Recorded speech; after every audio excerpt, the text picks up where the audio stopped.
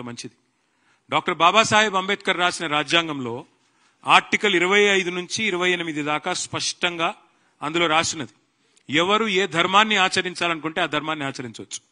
ఎవరు ఏ మతాన్ని, ఎందుకంటే we are secular country, as per constitution we are secular country. Any secular leader, any secular party first of all should come out of this illusion that because of their party a certain religion exists. BJP లేకపోయినా హిందువులు ఉంటారు, కాంగ్రెస్ లేకపోయినా ముస్లింలు ఉంటారు, ఎవరు లేకపోయినా అందరూ ఉంటారు, భారతదేశం ఉంటుంది.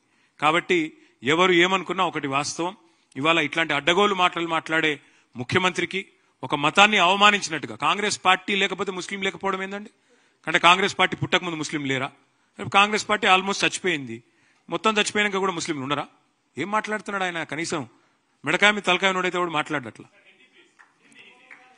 अच्छा यही चीज मैं बस यही कह रहा था कल हमारे जो चीफ मिनिस्टर ने कहा कि कांग्रेस नहीं तो मुसलमान नहीं, मैं बस उनसे इतना ही कहूंगा, बीजेपी नहीं तो हिंदू नहीं करके कोई बोलता है, कांग्रेस नहीं तो मुसलमान नहीं करके यहाँ के चीफ मिनिस्टर बोलते हैं, बट वास्तव तो यह है कि आज अगर आप संविधान देखेंगे डॉक्टर बाबा साहेब ने लिखा, उसमें साफ लिखा गया आर्टिकल 25 से 28 तक कि India is a secular country और यहां पे हर किसी को अपना अपना धर्म, जो भी धर्म आप फॉलो करते हो, जो भी फेथ आप फॉलो करते हो, you can practice it as per your wishes.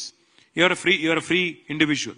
Now if the Congress party believes that without them there would not be any Muslims, let me remind the ignorant souls of Congress party that much before the Congress party was ever born, Muslims already had existed in our country and also in the world. Likewise, if BJP also believes that if they tomorrow don't remain as a political party, Hindus nahi rahenge, Hindu rakshak hum banenge, to wo bhi galat hai. Congress का भी ख्याल गलत है, BJP का भी ख्याल गलत है. दोनों के रहने या ना रहने से हिंदू और मुसलमान को कोई तकलीफ नहीं होगा, हिंदुस्तान को कोई तकलीफ नहीं होगा. आखिरी में हिंदुस्तान एक सेक्युलर स्टेट है, सेक्युलर कंट्री है, बिल्कुल वो सेक्युलर ही रहेगा, चाहे कोई भी कुछ भी कोशिश कर ले. पहली बात तो मैं डिमांड करता हूं चीफ मिनिस्टर रेवंत रेड्डी को कि पहले आप माफी मांगो. आपकी पार्टी के जो कल ख्याल आपने इजहार सबके सामने खुलेआम आपने किया, इस बात को लेके आप माफी मांगो हर किसी से, क्योंकि ये तो इंसल्ट है. You are insulting an entire community और insulting an entire religion, which is definitely not what is expected of a chief minister. अगर आप माफी नहीं मांगते तो फिर ultimately it's the choice of the people on how they will respond and what they will do in days to come. Thank you. BRS की BJP की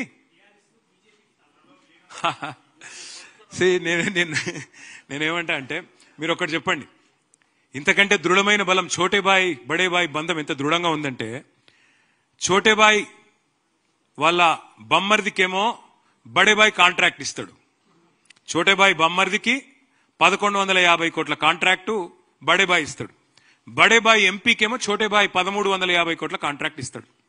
ఛోటేబాయి మంత్రివర్గంలోని మంత్రి మీద ఈడీ రైడ్ అవుతుంది సంవత్సరం కింద.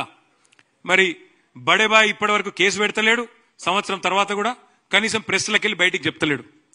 ఛోటేబాయి ఏం చేసిండు, బడేబాయి ఇషారా మీదకి వెళ్ళి సిబిఐకి అప్పచెప్పిండు కాళేశ్వరం.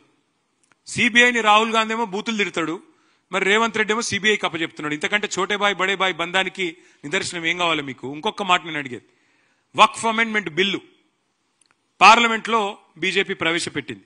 మేము దాన్ని వ్యతిరేకించినాం, వ్యతిరేకంగా ఓటేసినాం. రాజ్యసభలో మాకు 4 ఓట్లుంటే 4 వ్యతిరేకంగా వేసినాం. మొత్తం అయినప్పటికీ బీజేపీకి బలం ఉంది కాబట్టి, ఎన్డీఏకి బలం ఉంది కాబట్టి వాళ్ళు బిల్లు పాస్ చేశారు. పాస్ చేసినాక 28 రాష్ట్రాలు ఉంటే భారతదేశంలో ఫస్ట్ గవర్నమెంట్ వక్ఫ్ అమెండ్మెంట్ బిల్లు వెంటనే అమలు చేయాలని జీవో తెచ్చిన ఫస్ట్ గవర్నమెంట్ ఛోటేబాయి గవర్నమెంట్. బడేబాయి బోలే, ఛోటేబాయి లాలియే. అంటే ఎంత డీప్ ఉన్నదంటే, ఇక్కడ నడుస్తున్నది కాంగ్రెస్ గవర్నమెంట్ కాదు, యా జో చల్ రా జాయింట్ వెంచర్ गवर्नमेंट चल रहा, कांग्रेस बीजेपी का ज्वाइंट वेंचर गवर्नमेंट यहां पे चल रहा है. इसलिए ईडी रेड होता है इन पे. कौन, पोंगुलेटी श्रीनिवास रेड्डी तेलंगाना रेवेन्यू मिनिस्टर पे केस नहीं बनता, ईडी नहीं बोलती, मिनिस्टर मुंह नहीं खोलता. अब रेवंत रेड्डी के साले साहब को अमृत स्कीम में टेंडर मिलता 1100 करोड़ का, और यहां पे बीजेपी एमपी साहब को 1350 करोड़ का काम रेवंत रेड्डी साहब देते. सीबीआई एक बीजेपी की तोता है बोल के हमारे राहुल गांधी साहब बोलते, फिर वही तोते को रेवंत रेड्डी साहब कालेश्वरम केस देते, तो छोटे भाई बड़े भाई का जो बंधन है, जो अजब प्रेम की गजब कहानी है, ये शायद ही हिंदुस्तान में कहीं और आपको देखने को नहीं मिलेगा। एक जबरदस्त फेविकॉल बॉन्ड जो है आज अगर किसी के बीच में है तो छोटे भाई बड़े भाई के बीच में है। और छोटे भाई जाके कब बड़े भाई के पार्टी में मिलेंगे आप लिख लो, 1-1.5 साल के अंदर वो भी हो जाता, दोनों एक हो जाते, आप बेफिक्र रहो। లక్ష డబుల్ బెడ్రూమ్లు అన్నారా? ఆయన గృహ నిర్మాణ శాఖ మంత్రేనా? 2 ఏళ్ల నుంచి ఆయనే మంత్రి కదా. మా శ్రీనివాస్ యాదవ్ గారిని గిట్లనే గతంలో అడిగితే నువ్వు రా అని చెప్పి బట్టి విక్రమార్క అప్పుడు సిఎల్పి లీడర్, ఆయన మంత్రి సీనన్న పోతే మధ్యలోకి వెళ్ళి తట్టబుట్ట వారిసి పారిపోయాడు. ఎవరు? బట్టి.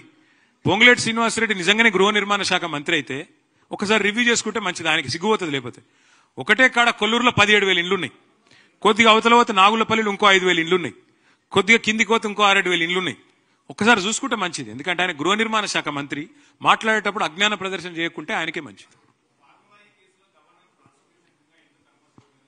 అంటే ఎంత అజ్ఞాని రేవంత్ రెడ్డి అని చెప్పనికి ఇది ఒక ఉదాహరణ.